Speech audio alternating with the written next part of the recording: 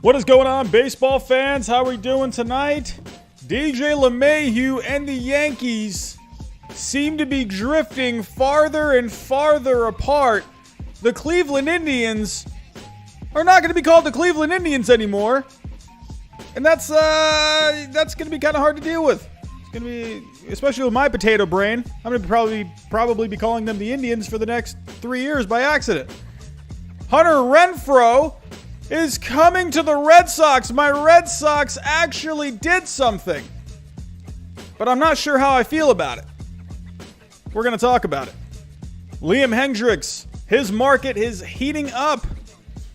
Greg Holland going back to Kansas City. Marcus Semien is close to signing somewhere. We're going to dive all into it tonight. Let's get to it.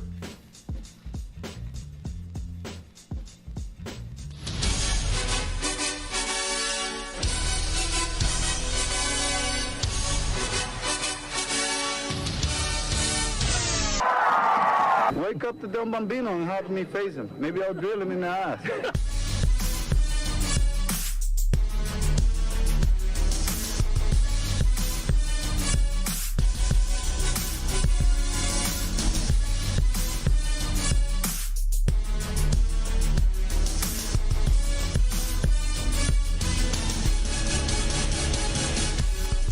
And what is going on, baseball fans? How you doing tonight? Hope everyone is doing good. We're at around 28 people in the chat right now. How's everyone doing? It is Monday. I'm pretty tired, not gonna lie. Had to go back to work today after a weekend off. Mondays are usually a little rough for me, but tonight is a good night to talk some baseball because we have a lot to talk about tonight. So let's see who we got in the chat. I'm seeing a lot of familiar faces. As usual, I always appreciate you all coming back to talk some baseball. AJ, what's going on? Jackson, how are you doing? David Knight, hello. Red Sox baseball is here. Kevin Herrera. Jordan is here. Kira is here. Liam Callahan, what is going on? Harsh Patel, hello, mate. How are you doing? Baseball Live, Judah Paul, what is happening? How are we doing? But alrighty, so we got a lot to talk about tonight. Yeah, pretty good amount to talk about. My Red Sox, I can't believe my Red Sox actually did something. How crazy is that? And I felt it was appropriate to wear my jersey tonight. Now, I don't know if I'm the biggest fan of the move. I mean, I don't hate the move. We'll talk more about it. But before I get started, everyone, if you can, hit that like button. And as always, if you don't like my face, you can always hit the dislike button as well. Also, if you are just joining us, hit that subscribe button. If you are looking for more baseball news, if you are looking for more baseball content, feel free to hit that subscribe button. We're on the road to 5,000 subscribers. Yeah, share the stream, do whatever the heck all these YouTube people want you to do. So it definitely helps out with the algorithm. I'm not sure how that works. That algorithm is, it's something. But before I do get on, there is one more thing. I want you all to be on the lookout for a few videos that I'm going to be coming out with in the next week. I'm going to try and pump these out in the next week, but I just want to give you a bit of a heads up of what to look out for. So I've been working on this one. I'm pretty excited about this one. This one I had a bit of fun with, and it just, it's something recent that we can kind of all connect to a bit, and that's how to fix the Phillies. I know a lot of you really liked the videos I was doing with the how to fix whatever team I was doing. So I feel it's so appropriate right now to do how to fix the Phillies. Also, be on the lookout for Yu Darvish trade ideas. He is on the trade block. Yu Darvish, he is drawing some interest, so I figured, why not? Let's make a video on it. Let's come up with some ideas. Probably going to get a lot of people that say, oh my gosh, Robbie, these are the worst trades in the history of trades. But you know what? They are fun to do. So I figured, why not? Yu Darvish trade ideas. Let's do it. And you know what? Why stop there? We could do Sonny Gray trade ideas as well. So, yeah, be on the lookout for these 3 definitely in the next week. Next Monday at the latest. And there is also one more that I'm working on. This one has been extremely fun to make. This one's a bit of a fictional kind of a one. It's not really as informational as usual, but definitely a lot of information used to make it. And that is, what if David Ortiz never left the Twins back in 2002? So this one was really fun to make. Be on the lookout for this. I'm not sure if I'm going to be able to get this one out this week. Definitely next week. So this one was really fun to make. I did post a poll recently on my channel asking if you guys would like to see this kind of a series of like what if kind of a series where I can just take certain situations and I can go back in time and change what would happen and what would happen after that point. So yeah, this one was really fun to make, and I'm pretty excited to make these in the future. This one actually took a long time to prepare the notes for, just because I wanted to make sure there weren't any like plot holes in it. So, but yeah, anyway, it was a lot of fun to make. So anyway, that's enough of my plugs of future videos. Let's talk about now. So the first bit of news to talk about, and I just want to do this one real quick because I never actually got a chance to talk about it. It is kind of old news at this point. I'm not going to spend too much time on it. And that is James McCann has officially signed with the New York Mets. This happened over the weekend. The last time I talked about James McCann, it kind of, no one really knew what was going on. It looked like the Mets were getting close, and all of a sudden they weren't close, and maybe some other teams were jumping in. But it did become official over the weekend. 4 years at around, I believe it was $40 million. So James McCann is officially a New York Met, and I predicted this. This was, if you go to that video on my free agent predictions, the very first one on that list, James McCann, I had him going to the Mets, and I figured they weren't going to go crazy spending a whole bunch of money. I figured they're going to spend some money this offseason. I just didn't see them, because I feel like they're going to go after a guy like a Trevor Bauer, and I just didn't see them dropping a whole bunch of money on a JT Realmuto and dropping a whole bunch of money on, let's say, a Trevor Bauer. So I figured they were going to kind of maybe cut back on the spending a bit, so that way they could address multiple areas. And that's why I kind of thought, like, you know what, James McCann, he's the next best catcher on the market behind a JT Realmuto. That one just made sense to me. I don't know why, but either way, I think that's a great move for the Mets. I think the Mets, you're getting a guy who is really coming into his own right now as a catcher. He's been improving defensively. The offense has been getting good. I think the Mets and James McCann, I think it's just a good match, in my opinion. I like the move. So tell me what you all think of the move. James McCann to the Mets. Give me a thumbs up in the chat. Give me a thumbs down if you don't like it. Like I just said, I like the move. I think it was a good move. I think it's a good step in the right direction for the Mets. So that's just my opinion. Wilson Barrera, he gives it a big thumbs up. Jackson, he's a little in between right now. Jake Romeo with the big thumbs up. So yeah, Jackson. Yeah, Jackson, I agree. He's definitely not the best option out there, but when I think it comes to value, I think James McCann, I mean, like I said, I can't tell the future. I can't make predictions. I think it's going to end up being a pretty decent move. At least that's how I see it. I don't think it's going to be a bad move. And they're not dropping a whole ton of money on him. So I think with that, you are spending a little bit of money there, but I think you're getting good value in that move. So a JT Realmuto, you're going to have to drop a lot of money for.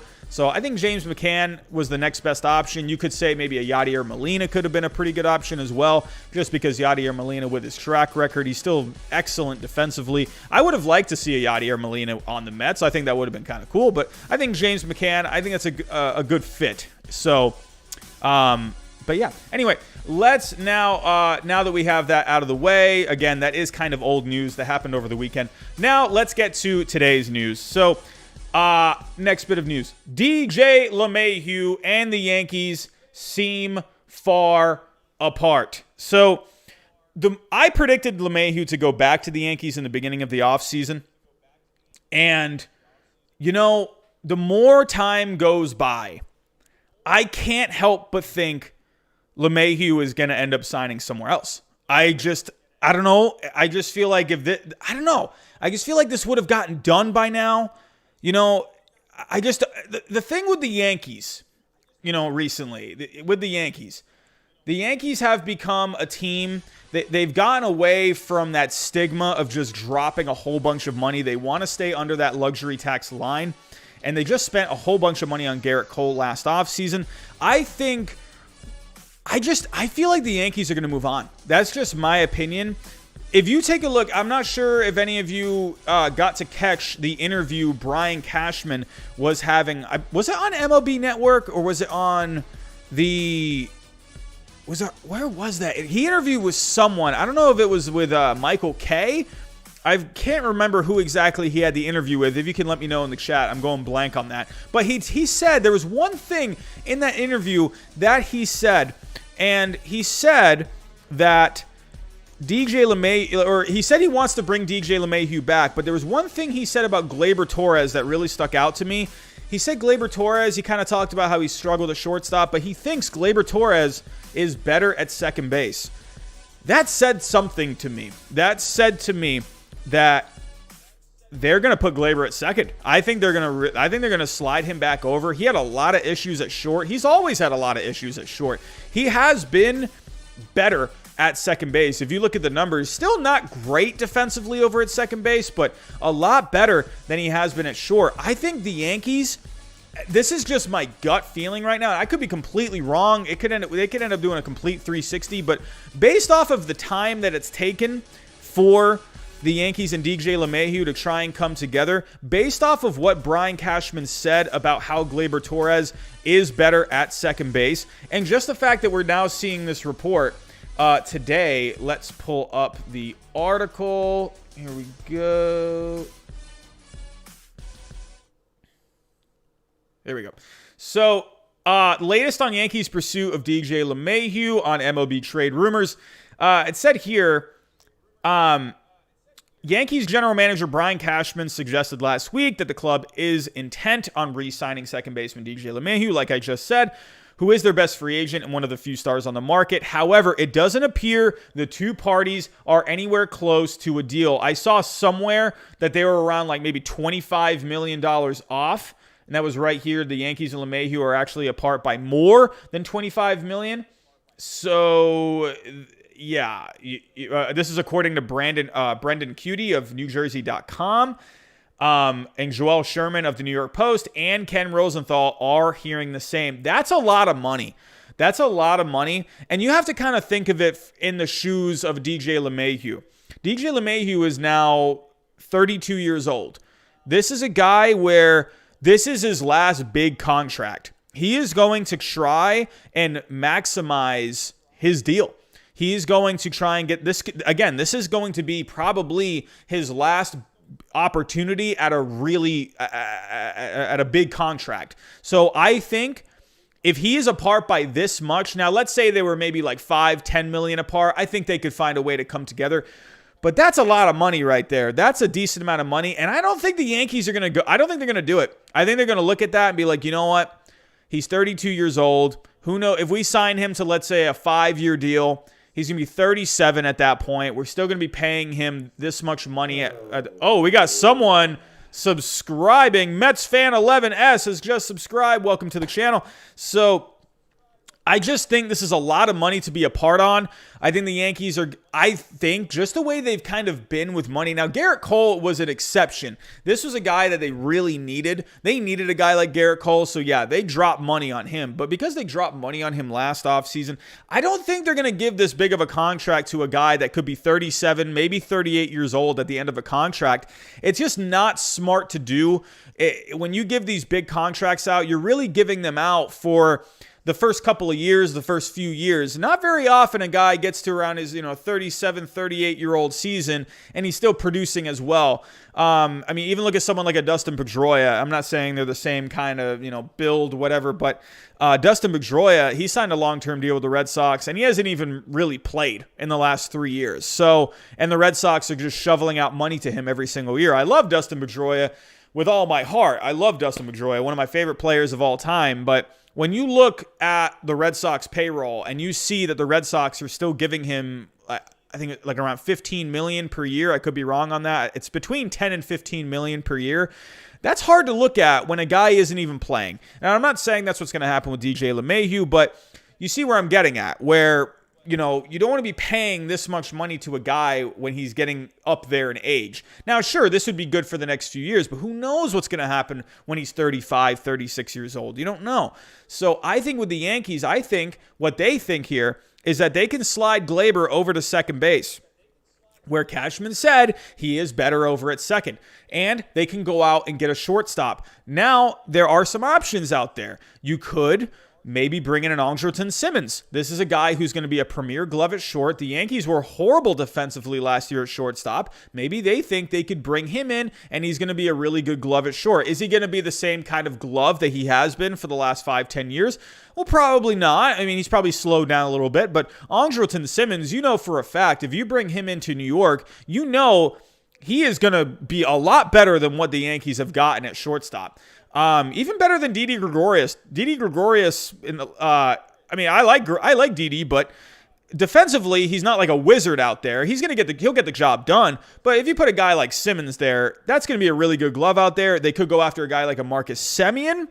I don't know. That's the thing with Semien. I don't know what kind of money he's going to be looking for. And it's funny because we're going to talk about Marcus Semien here in a little bit, so we'll kind of go full circle when I get to Marcus Semien. But you could see the Yankees maybe looking at that. Maybe they could be looking trade-wise. You got the Phillies who are looking to shed some payroll. Maybe they could bring in a Gene Segura. That's possible. There are some options out there for the Yankees, and I think with the Yankees, I think they're going to move on from DJ LeMahieu.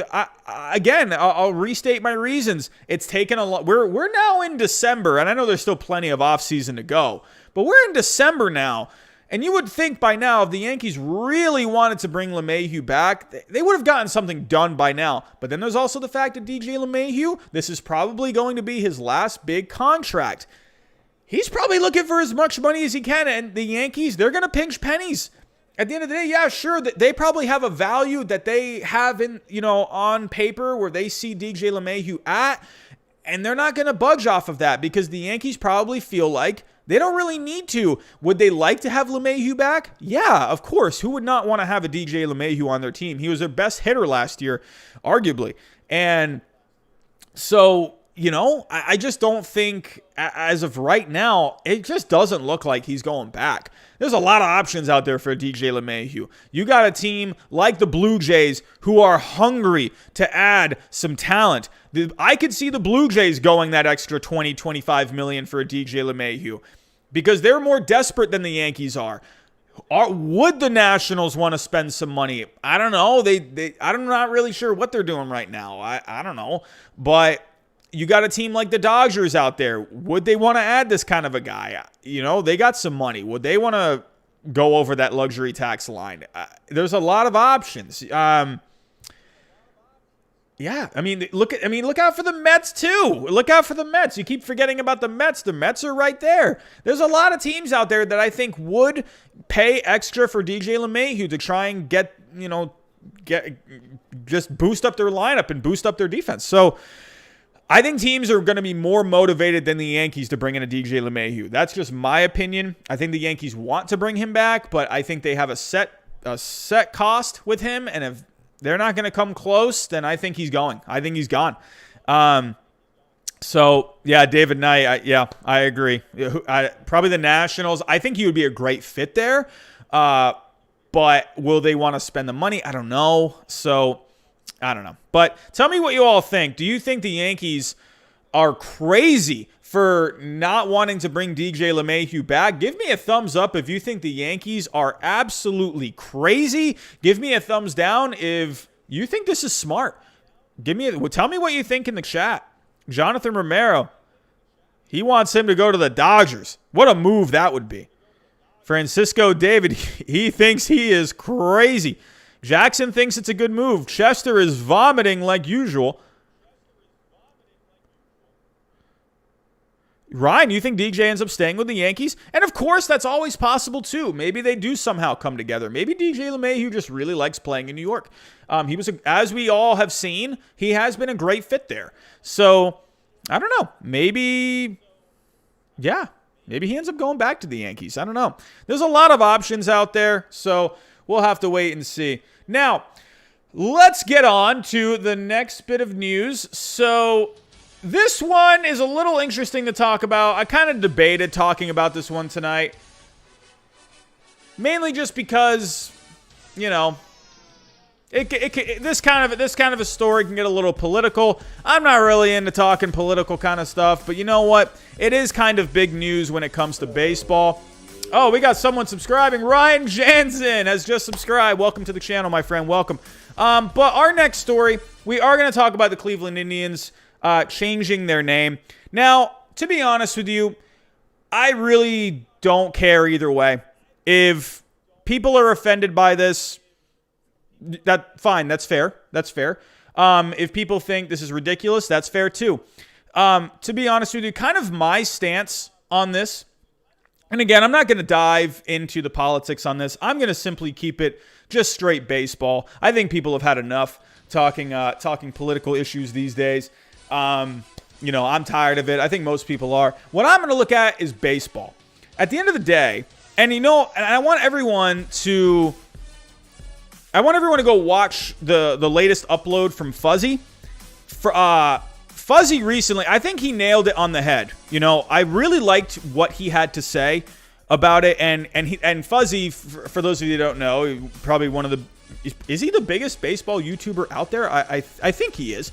But he is a Cleveland Indians fan, and I really like the answer that he had to say. He said he feels okay with the name change. He didn't really touch on too much of the political side of it, where he thinks it's actually okay to change the name because he looks at the fact that the Indians have just not been a successful organization or at least in recent years. They've just had a lot of down moments recently, a lot of choke jobs, losing in the World Series, losing in the Championship Series, not making the playoffs, not getting the job done. But then you also look at the political side of it too, where people are just, banging heads against each other. They're not agreeing over it. Some people are like, no, you got to get rid of the name. It's offensive. But then there's the other people who are like, no, come on, get out of here with the cancel culture. People are just going back and forth with each other. And it's just kind of creating a bad taste in people's mouths. And I think where the Indians are at, also, I guess there's something where the Indians are going to lose a lot of money from certain sponsors and whatnot. Whatever. I'm not really going to get into that. But I think where the Indians, I think it's kind of a bad taste right now. Just like everything revolving around a team name and a team logo.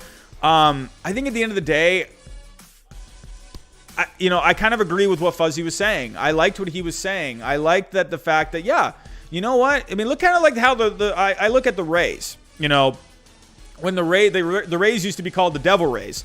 And they changed up everything. They changed up their name. They didn't really go like a full-blown name change. They went from the Devil Rays to just the Rays. And so they changed up the team colors. They brought in like a new look. They brought in like a new vibe, a new attitude. And then you look at the Rays the first year, they, changed up everything. They made it to the World Series that year. And I'm not saying that's going to happen with the Indians, but I'm just saying, or whatever you want to call them. Let's just call them the Cleveland baseball team right now. But, with the Indians, I kind of see similarities with the Rays, where the Rays, when they were the Devil Rays, they were the most garbage team. They were so bad every single year. Awful. Just awful. Like the jerseys didn't even look all that great. Just everything about the Devil Rays was just like, ugh. Like they needed something new. They needed something fresh. And I kind of, like I said, I agree with Fuzzy because he wants something fresh and he wants the organization to kind of almost start over in a way. And, they haven't won a World Series for how long now? Back in the 1940s? A long time. And honestly, it's like, they've had a lot of players come and go. Manny Ramirez, they're, one of their big stars, leaving Cleveland, winning a World Series a couple of times in Boston. Jim Thome leaving. They've lost World Series. It's almost like, you know what? Let's just start with something fresh. Let's just get a new vibe in here. Let's just get rid of all the arguing over the politics of it. Let's just start fresh. And I'm for that. I really liked the answer Fuzzy gave. Again, go watch that video. I really liked it. Definitely go check it out. I think it was a good watch, and I really liked his opinion on it. And that was coming from an Indians fan. I think personally, I think with the Indians, at the end of the day, it's about baseball. I don't care what your team name is. I don't care if your name. Of course, I respect the history of the Cleveland Indians name. That name has been around for how many years now? I love the history of it. They've had many players come and go in that organization, many historic players, and it's such a franchise rich in history, and that's what I respect about it. But you know what? At the end of the day, I don't care what your team name is. I care about what product you put on the field. I care about the people in charge. I care about what are you doing as a baseball team. I don't care if you're called the Giraffes. I don't care if you're called the Gummy Bears. I don't care what the heck you're called. I don't care. What are you doing on the field? What are you doing as an organization? Are you winning? Are you putting your best foot forward to try and win championships? That's what I care about. I don't care what your team name is. Put a winning team on the field. That's what matters. Call yourself the Giraffes. I don't care. Cleveland Giraffes. Are we all for Cleveland Giraffes? I don't really care. What are you doing? What players are you bringing in? What kind of money are you spending? How are you doing with player development? How are you doing with scouting? At the end of the day, it's a team name. That's not going to, make or break what you do as an organization. So, I love, again, I'm a traditionalist when it comes to just history. That's why, one thing I love about the Red Sox and like the Yankees, these franchises that have been around for years. And I love the historical aspects of these teams. But you know what? Why not? Why not have a fresh slate? Why not? The Indians haven't done anything. They've had so many choke jobs. They've had so many heartbreaks. 2016 against the Cubs, 1997 against the Indians, the Braves, many times losing in the championship series to the Yankees a couple of times. They've had, kind of a rough go, I think with the Indians, why not start fresh? I agree with what Fuzzy said. Get a new name, bring in a new vibe, bring in a new feel, kind of get something, get it kind of exciting again.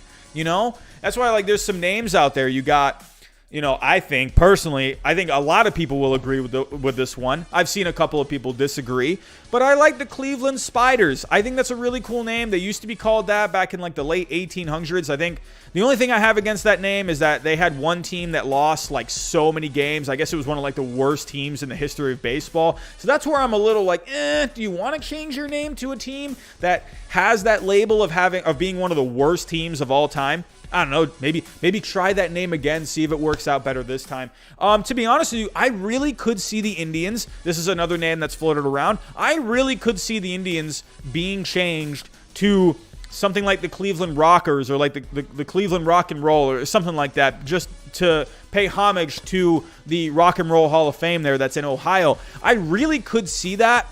I feel like right now, I think a lot more fans are behind the idea of the Cleveland Spiders name.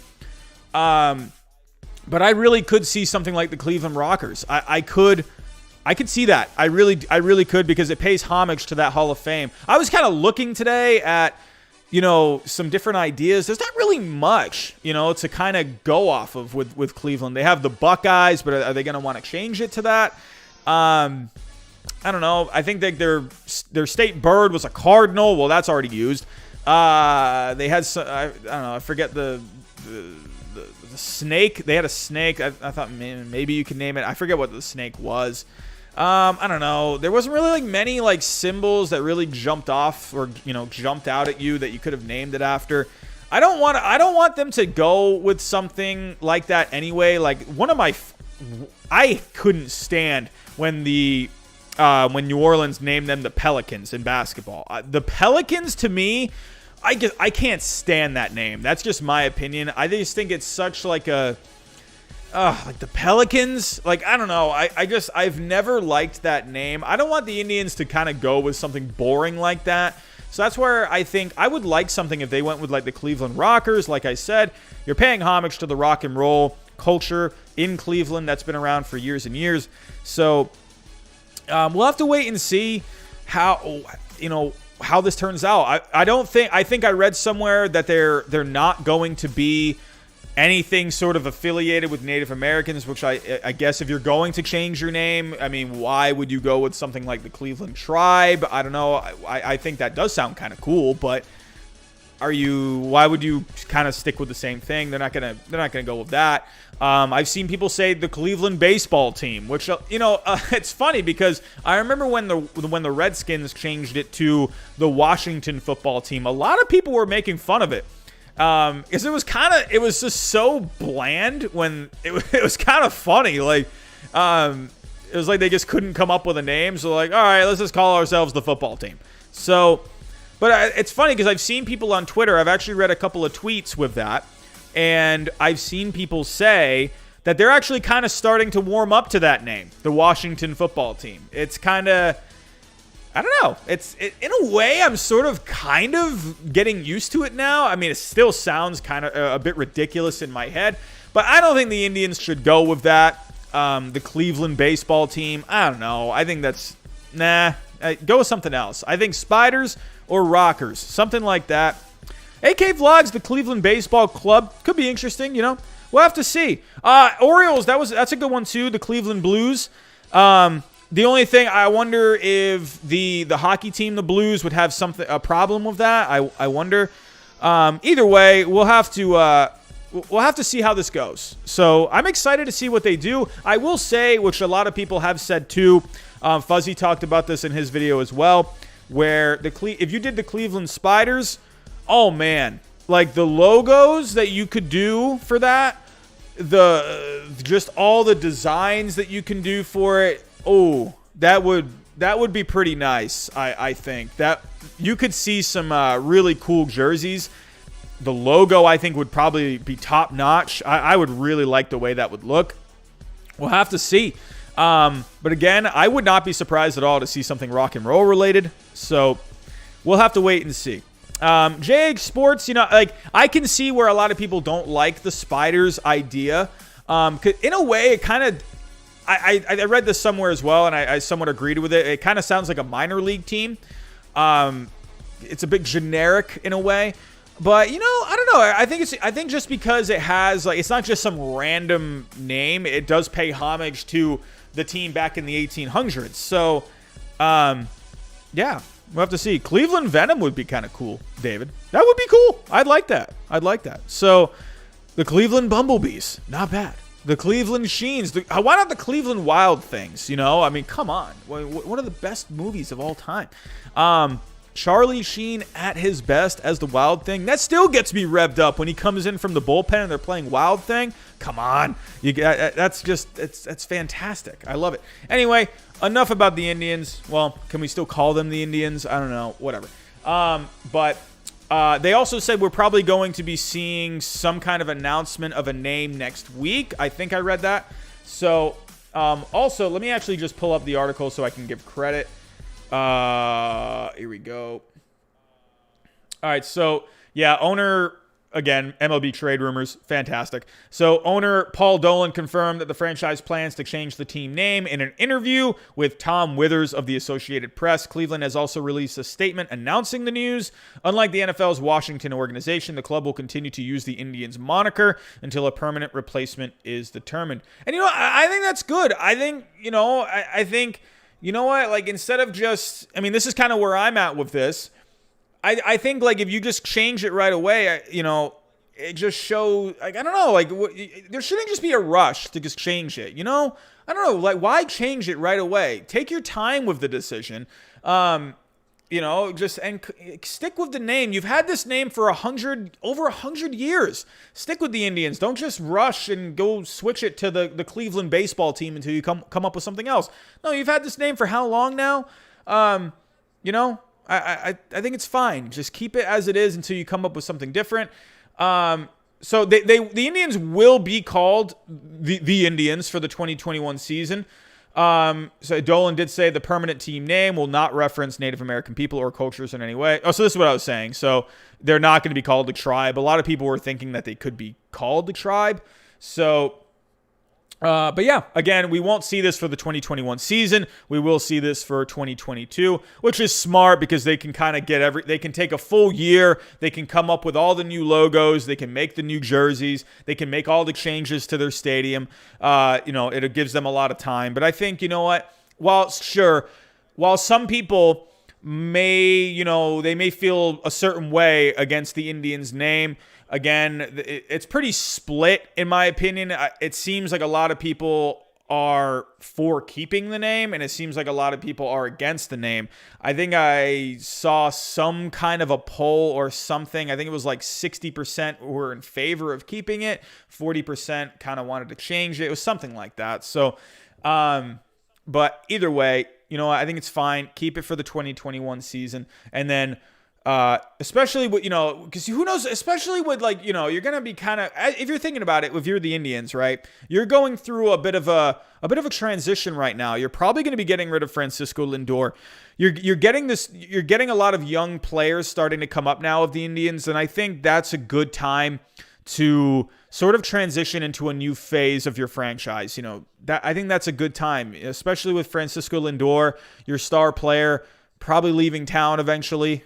He's probably going to get traded at some point this offseason. Mookie Betts didn't get traded until late last offseason. So don't I guess completely lost my train of thought. Anyway, but don't be surprised. Oh, yeah, that's what I was going to say. Don't be surprised if Francisco Lindor is going to be traded within the next month or so, because Mookie Betts, it took that a while for that to materialize over the offseason last year. So, but yeah, either way, we got something going on. What is going on? David Knight with a $10 super chat. Whoa, David Knight, thank you, my friend. I really appreciate it. Oh, I owe you this for your Reds rant the other night. That was, oh, the Reds. Oh, Cincinnati Reds, man. What are you guys doing? Man, they had something good, man. And they're just throwing it all down the toilet, man. But David Knight, thank you so much. I really appreciate that. Really appreciate that. But yeah, either way, whatever you may think about this, I'm all about something new. I'm all about, something fresh. So I'm okay with this. I'm excited to see a new name. I'm excited to see new logos. I just like that kind of stuff, I'm excited to see what they're going to end up coming up with. I'm excited to see. I'm always a big fan of new jerseys, new hats. I love that. I don't know what it is. I'm a jersey kind of a guy. I'm a hat kind of a guy. I'm a logo colors kind of a guy. I don't know. I'm excited to see what they're going to do. It'll be interesting.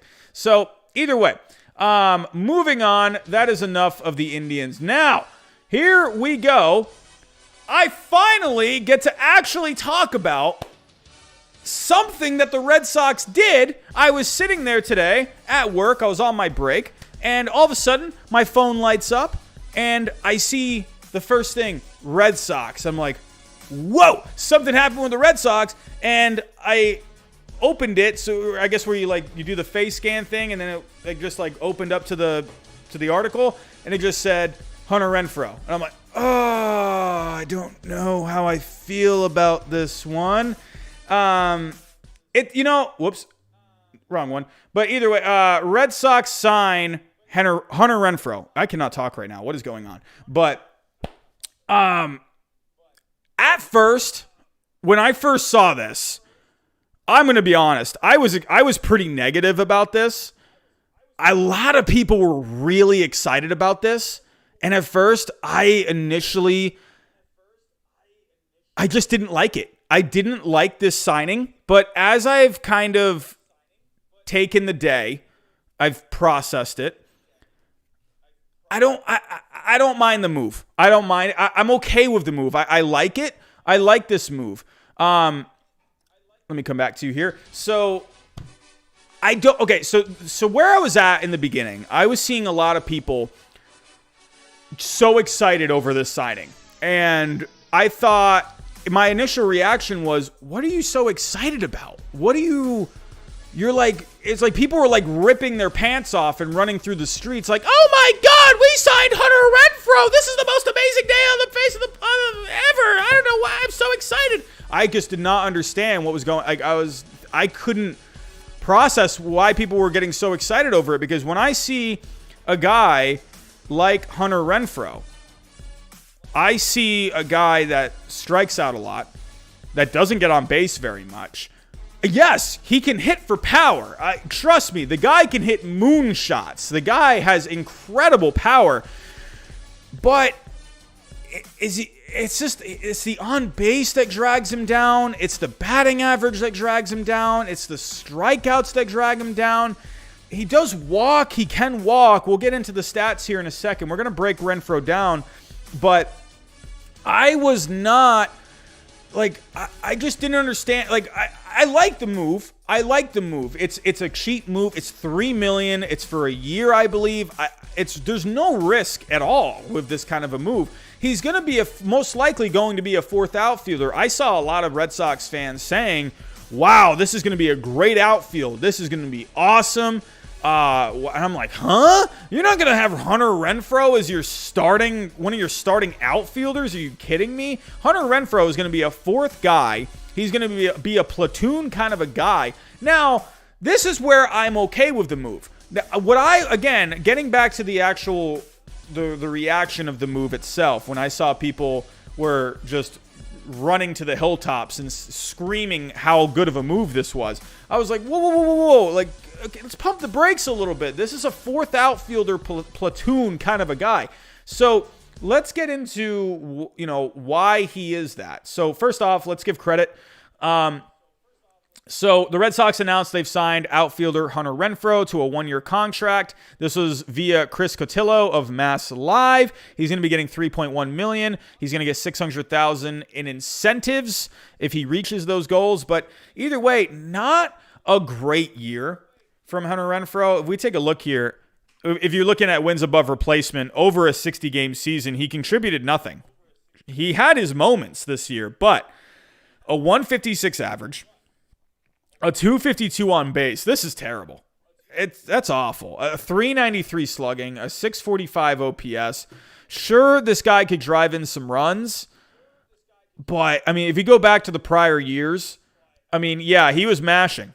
He was definitely, so it says here he was on pace for 36 home runs, and but I don't know. Whatever. But getting 2019, he had 33 home runs with the Padres, 26 home runs the 2 years before that. He did have an 805 OPS in 2018. Like, yeah, he has had, he has had success. I'm not going to take that away from Hunter Renfroe. If we take a look at the wins above replacement, yeah, decent. 2.3 wins above replacement in 2018, 2.7. But when it came to the Rays last year, again, it was only over 42 games. He was playing a bit of a platoon role. He was kind of, he was sharing outfield time with other players, like Randy Rosarina, Kevin Kiermaier, Manuel Margot. But when it came to the playoffs, he didn't really do all that much. If you take a look over the playoffs, he hit 174, a 208 on base. He had a couple homers. He had a home run in the World Series. But, dude, the guy struck out 6 times in 9 plate appearances in the ALCS. Oh, we got something going on. Howie Weber just subscribed. What is up, my friend? How are you doing? Welcome to the channel. So, Hunter Renfroe, a lot of strikeouts. He only walked 1 time over 24 plate appearances. 1 walk that entire time. When it came to crunch time, this guy didn't produce. Yeah, sure, that's fun to look at. 33 home runs in 2019. Yeah, 26 home runs, 2017, 2018.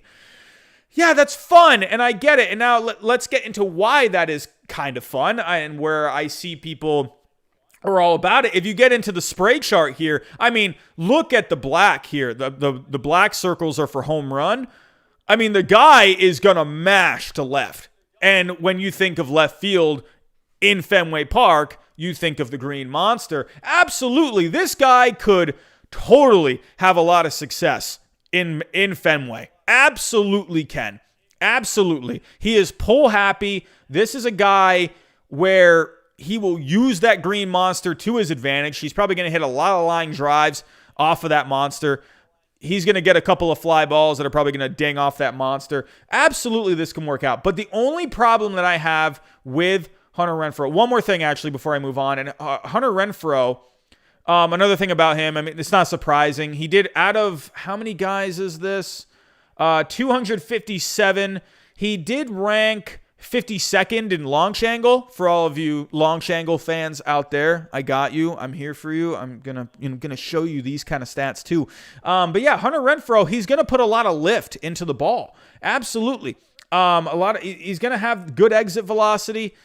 He's gonna be pretty good. Actually, let's take a look at the exit velocity. What did he have? Here, let me put average exit velocity Renfroe. Where you at? Okay, so he ranked 100. So he averaged 89.4 miles an hour. His max, where did he rank max-wise? So Hunter Renfroe, where are you at? So he ranked 62nd with the max exit velocity. So, I mean, you know what you're getting with a Hunter Renfroe. You're getting a power hitter. You're getting a guy that's going to pull the ball. And yeah, sure, that can really work out in Fenway Park's favor, in the Red Sox's favor. The only problem I have with him is the on base, are the strikeouts. Is he going to be like, sure, yeah, these are fun. Like, yeah, the power numbers are fun. They're always fun. Who doesn't love the long ball? Absolutely. We all love the home run. But is he going to be able to come up big when it matters? That's the only problem that I'm having. A 252 on base. Even when you go back to the years where he had 33 home runs, 26 and 26, the on base was a 289 in 2019, 302 in 2018, 284 in 2017. That's awful. That's not good. And I'm sorry. Colton Bogan, welcome to the channel, my friend. Hello. But it's not good. He doesn't get on base. He strikes out a lot. Look at how many strikeouts he had in 2019. 154. That's just not that good. Let me actually pull up here. Leaders, I believe. Hold on. Dang it. I had this page pulled up earlier. I must have clicked out of it. If we go back to 2016. Hold on. Okay. It was with minimum plate appearances of 1,000. Hunter Renfroe. Let's take a look at the K percentage.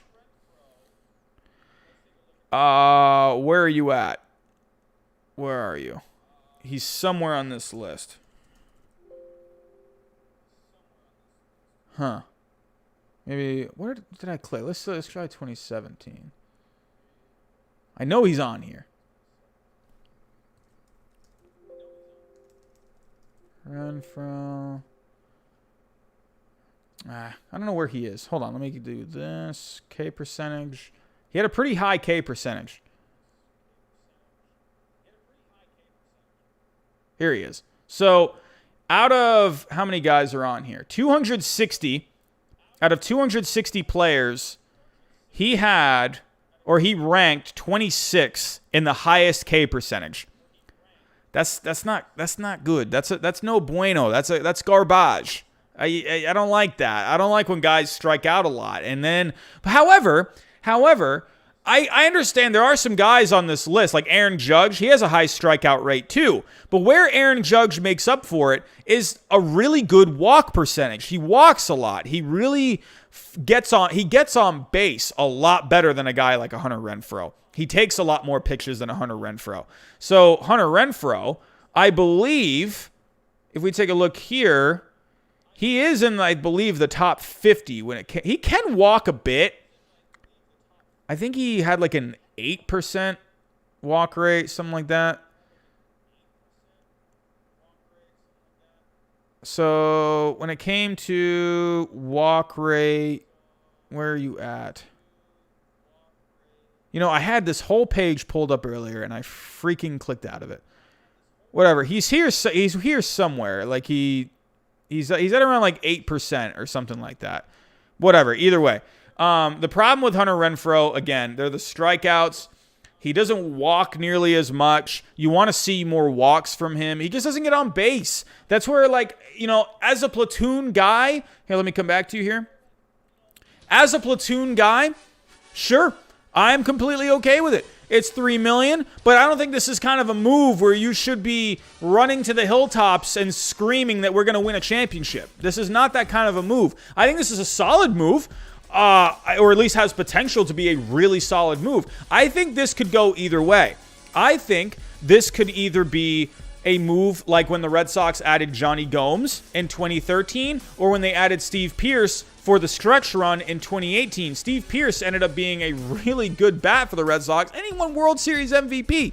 So Johnny Gomes, he ended up being key for that 2013 Red Sox team. I think this could be a move like that, even better. However, with those two guys, with Johnny Gomes and Steve Pearce, they both had a much better time at getting on base. I don't mean to keep saying getting on base like I'm like the guy from Moneyball. I'm not trying to be the Oakland Athletics here, I promise. But simply put, the guy just doesn't get on base. I love the power. I think it's great. But are you going to hit the ball? Are you going to get on? What are you going to do? That's the only problem I have. I think this could go one of two ways. This could end up working out really well, like a Johnny Gomes or a Steve Pearce kind of a move, or I wouldn't be surprised to see this guy get designated for assignment by July. I would not be surprised. This is a guy where he could, I don't know, these kind of players, they tend, when they strike out a lot, when they don't get on base enough, when they don't see pitches as well, that especially early on in their career, they kind of tend to really digress. And yeah, sure, the power's there, but trust me, the more time that you give pitchers to figure you out, I don't know. It could, Beetlejuice, we're talking about Hunter Renfroe. It's going to be really interesting to see how he's going to be moving forward. Again, but another thing to look at too, the Rays made it to the World Series this year, and the Red Sox got him for $3 million, but the Rays didn't even want to bring him back for that. They did not even want him. So, sure, one team's trash could be another team's treasure, but I don't know. I think you got to proceed with caution with this kind of a move. It could work out. It absolutely could. There is a lot of reward involved with it, but don't be surprised if this guy is just, he's up, bottom of the 8th inning, you're down by a couple of runs, you got the bases loaded, and he strikes out. And then you're bummed out, and then you're saying, God, why did we sign Hunter Renfroe? Don't be surprised if you're going to get like that. I really think there could be a lot of moments like that. Or this is a guy where, yeah, sure, maybe he could end up hitting a go-ahead 3-run home run when you're down by 2 and giving you the lead. Absolutely. It depends on, is he going to be able to keep a good eye at the plate? Is he going to be able to get on base? You know what I mean? I don't know. Is he going to be able to hold, keep the strikeouts at bay? Is he going to be able to walk more? We'll have to wait and see. But yeah, so that's all I got on Hunter Renfroe. Again, I like the move. I do like the move. I think for a platoon player, for a fourth outfielder type for $3 million, yeah, why not? And he's still kind of young. Absolutely. I think it's a good move. Do I think it's a earth-shattering kind of move like I've seen a lot of Red Sox fans treat it like? No, it's not. This is not an earth-shattering kind of a move. Proceed with caution. Yeah, I get it. He hits a lot of bombs. Yes, he does. But kind of, yeah. Don't be surprised if he ends up really striking out a lot and then the people of Boston end up turning against him. I'm just saying. I hope, obviously, I'm a Red Sox fan. I hope it works out. I really do. But I'm not going to get my hopes up. But it could end up being a really good move. We'll have to wait and see. So what I do know is you do need to have a guy who can hit lefties well. That's what Hunter Renfroe does. He hits lefties a lot better than he hits righties.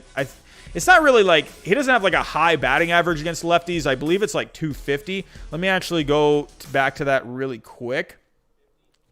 Go to the splits. Here we go. In his career. Yeah, definitely a lot better against lefties. And he's also not bad in the outfield. He has a good arm out in the outfield. He's not going to be the fastest guy out there, but he'll do a pretty good job out there. But if you take a look at him against righties and lefties, if you take a look here, 216 batting average against righties, 268 on base, 449 slugging. But then you take a look at lefties, 912 against lefties. Yeah. Oh, yeah, absolutely. You got to be playing this guy against left-handed pitching. Now, one other thing I want to mention, too, is what does this mean for Jackie Bradley Jr.? This is something where I still think you can bring Jackie Bradley Jr. back. Are they going to bring him back? I don't know. I don't know if they're going to want... I don't know what kind of money he's going to be wanting. I'm guessing Jackie Bradley's probably going to be looking for something between 10 to 15 million. I still think they're going to keep going with Benintendi. I don't think Benintendi is going to get traded because his value is at an all-time low. What are they going to get for him? A bag of peanuts, if even that? So Benintendi, they're looking for a bounce-back year from him. Bradley, I wouldn't be surprised if they brought him back because he is still one of the premier defenders out in center field. I love Jackie Bradley Jr., but the one thing I don't like about Jackie Bradley is he is streaky. So I don't know. Like, you could have Jackie Bradley, against righties, he'll be in there more often, but when a lefty comes up, you can have a Verdugo slide over to center, and then you can have Renfroe playing right. Verdugo, that's another thing, too. The Red Sox lineup now, look out for Verdugo, because Verdugo, while he does bat lefties, he hits lefties really well. So if you have a guy like Hunter Renfroe in that lineup against lefties and Verdugo, that's pretty good, if you ask me. So I'm just saying, won't be surprised to see Jackie Bradley end up coming back, but I wouldn't be surprised if he went somewhere else as well. I don't think this move affects that kind of a move at all. I think it's a completely separate move. For the Red Sox, for every team, you got to have a fourth outfielder. You got to have a guy on your bench that can hit lefties well. You got to have some kind of a platoon there. You got to have a guy that can come in certain situations, and especially Hunter Renfroe too, coming in late in games. Bringing a lefty reliever. Yeah, you can pinch hit for Renfroe. I think this move, again, it has a lot of potential for it to be a really kind of an under-the-radar kind of a move for the Red Sox, like a one team's trash is another team's treasure kind of a move. It really could work out, but I'm also not going to be surprised if Renfroe ends up not even being with the Red Sox by the All-Star break or by the trade deadline. Wouldn't be surprised at all. So those are my thoughts. Lord Avocado, thank you for that. Yes, 4,000 subscribers recently. We're trying to get to 5,000 now by opening day. So it has been a little slow as of late. I have been noticing the traffic hasn't been as good as it was. We're getting into this off season now where there's nothing happening this offseason. It's kind of boring this offseason, but you are seeing some moves here and there. I think a lot of people, they're just waiting for one of these big names to drop. So has been a little slow recently. Hopefully the traffic can pick back up and we can get to 5,000 pretty quick. So, but yeah. Anyway, I forgot to ask, what do you all think about the Hunter Renfroe signing? I am going to give it a thumbs up. I think it has potential to be a pretty good move. Again, won't be surprised if it doesn't work out. But what do you think? I'm going to give it a thumbs up. What do you think? Thumbs down, thumbs up? Let me know in the chat. Lord Avocado, I appreciate that, my friend. Orioles with the thumbs down. Jackson with the thumbs down. Edmund, good depth move.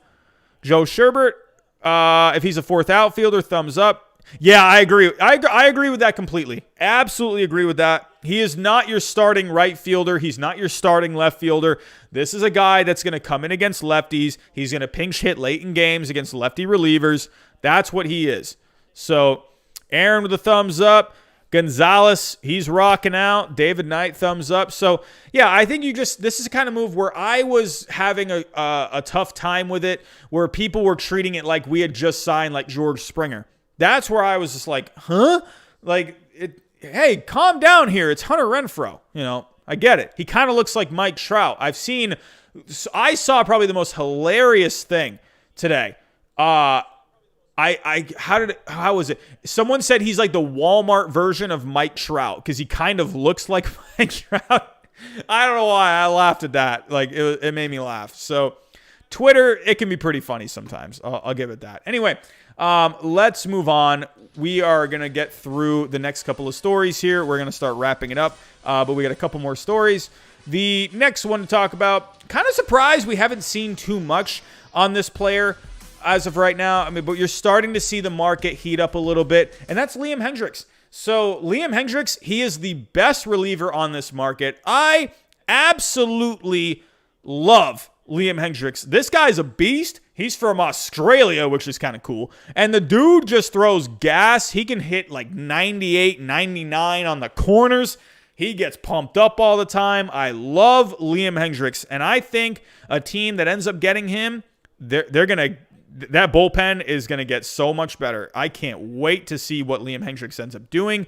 But you are starting to see the market heat up for him. Let's share the article so we can give credit. All right, here we go. So the Dodgers and the Astros, they're starting to get in on Liam Hendricks. You've had a lot of teams connected with him. The White Sox, the Mets, of course, the Blue Jays, because the Blue Jays are interested in everything and their mother this offseason. But Liam Hendricks, he is drawing interest from the Dodgers, is drawing interest from the Astros. I do wonder if he ends up going to the Dodgers. That would be, oh my gosh. Could you see Liam Hendricks going to the Dodgers? That'd be insane. The Dodgers, you know, I wouldn't be surprised if they got Liam Hendricks, to be completely honest with you. Kenley Jansen, he faltered in the World Series. Blake Treinen, he's a free agent. Don't be surprised if the Dodgers get Liam Hendricks because they need a guy that's going to be a shutdown guy. Brusdar Graterol, I think, is the closer of the future for the Dodgers, but he is still, pretty young. So Brusdar Graterol, he might not be quite ready for that closer role yet. So I wouldn't be surprised to see Liam Hendricks come in. I think, honestly, if there is one team to go out there and get, whoa, my chair. Did everyone see that? My chair just broke. Oh my God, that was really bad. I think my chair just broke. I am gaining weight and I am obese and I am breaking my chair. Wow. I think my chair just broke. I think we're okay. Oh my. Whoa. Okay, back to the news. Wow, that was scary. I thought I was about to die. Whoa. That was something. Anyway. Okay. Anyway, White Sox. What was I even saying? I almost died. So here we go. Saying the one team that I think should get Liam Hendricks, the Phillies. I think I know the Phillies supposedly have like no money, but oh my God, if you're the Phillies, can you please go get Liam Hendricks? Your bullpen is just trash. It is not good. Oh my God, go get Liam Hendricks, please. If you're not going to bring back Real Muto, could you at least bring in Hendricks, please? That bullpen needs it. The White Sox, they have Colomé now. He's a free agent. Would not be surprised to see them bring him in. The Mets, I predicted Liam Hendricks to go to the Mets. Still think that is absolutely a possibility. That bullpen would be pretty nasty. If you have Edwin Diaz settle into one of the setup guys, that would be a pretty nasty bullpen, if you ask me. Blue Jays, I think you would help out a lot there. Ken Giles is a free agent now, so I think he was having problems with his elbow anyway. So Liam Hendricks, he's going to be a good fit on a lot of teams. So not surprised. But, the Astros, honestly, too. The Astros, they really could use a guy like him as well. I mean, you got Ryan Presley out there, but I don't think that's really going to get the job done late in the games. Ryan Presley's more of a setup guy, if you ask me. He's got good stuff. But I think if you're the Astros, if you can bring him in, oh, man, that bullpen is going to be really good. So, yeah. But as we can see here, the market is heating up. This is according to Jeff Passan that the Dodgers and the Astros have joined in. So I still think, again, I'm going to stick with my prediction of him going to the Mets. But tell me what you guys think. Do you think he has a chance to go to the Dodgers? Do you think he has a chance to go to the Astros? What do you think? Tell me in the chat down below. Do you think He ends up going to what team? Tell me in the chat. Where do you think he's going to end up going? What do you think? Baseball Productions to the Giants. That'd be interesting. They could really use it. Phillies. I mean, oh my God. If you're the Phillies, you go get a Liam Hendricks. Please go get a Liam Hendricks. Dodgers would be crazy. Blue Jays, I agree, Joe. The Blue Jays, I mean, that's the thing, man. It's kind of like the running joke of this offseason. Are you going to get anyone, Toronto? Like, what are you going to do? Like, your name is attached to everyone. Could you imagine the Blue Jays not signing one guy this offseason? Can you imagine that? Nationals would be interesting. Ooh, Braves. That'd be good, too. Blue Jays, Dodgers. We'll have to wait and see. Anyway, Liam Hendricks, definitely keep an eye on that. He could be going somewhere pretty soon. So I'm going to say Liam Hendricks probably gets around, I'd say he gets like a 4-year deal. Probably maybe anything from like 40 to 50 million. I read somewhere that he could maybe even get up to like 60 million. Could you imagine that? 60 million for a Liam Hendricks? Anyway, since we're on the topic of bullpens, let's just go over this one really quick. I raved about this team a couple of streams ago, but they just keep on making moves, man. The Kansas City Royals bringing back Greg Holland. This guy had a great season for the Royals last year. A great move from Kansas City. And they didn't bring him back for too much. I love what the Royals are doing. The Royals are making so many good moves. So many good moves. Here we go. Let's share the screen. Here we go. So, 1-year deal, $2.75 million. I mean, he's got some incentives in there. If he ends up hitting those incentives, that could get the contract to around $4 million. He had a really good year last year for the Royals. Very good year. 1.91 ERA, 31 strikeouts, over 28 innings. Really good. He had, with the, hold on, where was he? So with the Diamondbacks, he was kind of with the Diamondbacks a little bit. 4.54 ERA. Not great. Not great with the Diamondbacks. Kind of just whatever. He had a pretty good time in Washington. St. Louis, he had a miserable time. But yeah, or he got traded from St. Louis to the Nationals. They ended up doing really good with the Nationals. Overall in 2018, 4.66 ERA. He did have a 3.83 FIP, but Colorado, he was pretty good. I remember he was pretty good that year. So he was an all-star that year, 11 strikeouts per 9 that year. But yeah, hey, good move for him going back to Kansas City. With Kansas City, he always did really well. So, won a World Series with Kansas City. So good move for him going back there. And now, hey, he's going to be going back for another year. He had a really good year last year, about 10 strikeouts per 9. 1.91 ERA. The FIP was a 2.52. Really solid. And I look out for the Royals. Really, look out for the Royals this year. They're making a lot of fun moves. I really like what the Royals are doing. Don't be surprised to see them be the sneaky team that's right there in the wild card chase. I really could see them being involved. Again, not like this. That's what the Royals are doing, though, this offseason. Not a whole ton of, flashy moves. Just a lot of, solid moves. Not spending a whole ton of money, but they're spending it in the right places. Bringing in a Carlos Santana, bringing in a Mike Minor for the rotation. Now you're bringing back a Greg Holland, who was your best reliever last year, minus Trevor Rosenthal, who they ended up trading. So, I don't know. I like what the Royals are doing. I just like that they're making moves. So, hey, I'm excited for the Royals this year. I like what the Royals are doing. I really like that Royals team in the mid-2010s. So, yeah, really like what they're doing. One more little bit of news before I get out of here for the night. I wanted to talk real quick about, let's share the screen. So, Marcus Semien. As we can see here, his market is progressing. He had a down year last year, but the year before that, this guy finished third in the MVP voting. He definitely digressed last year. Not really sure what was going on. He only hit 223 last year. But he still played solid defensively at short.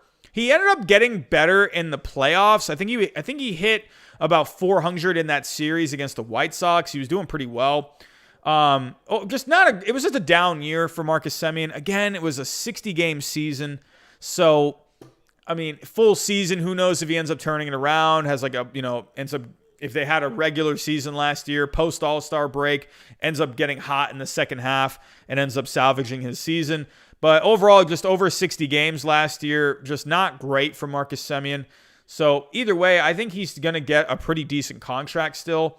He had a couple of good years before this year, especially in 2019, a really good year.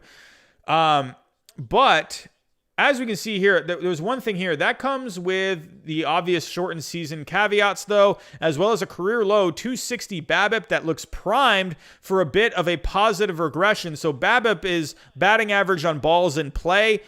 That's pretty low for him, and that was a career low for him. So he just wasn't getting as lucky on a lot. So that suggests, too, when guys are kind of slumping, even when they're hitting the ball well, they're just hitting it right to guys, and they just can't seem to get out of this kind of a slump. So a career low 260 batting average on balls in play, like I said, that usually tends to suggest that you're going to see a bit of a regression afterwards.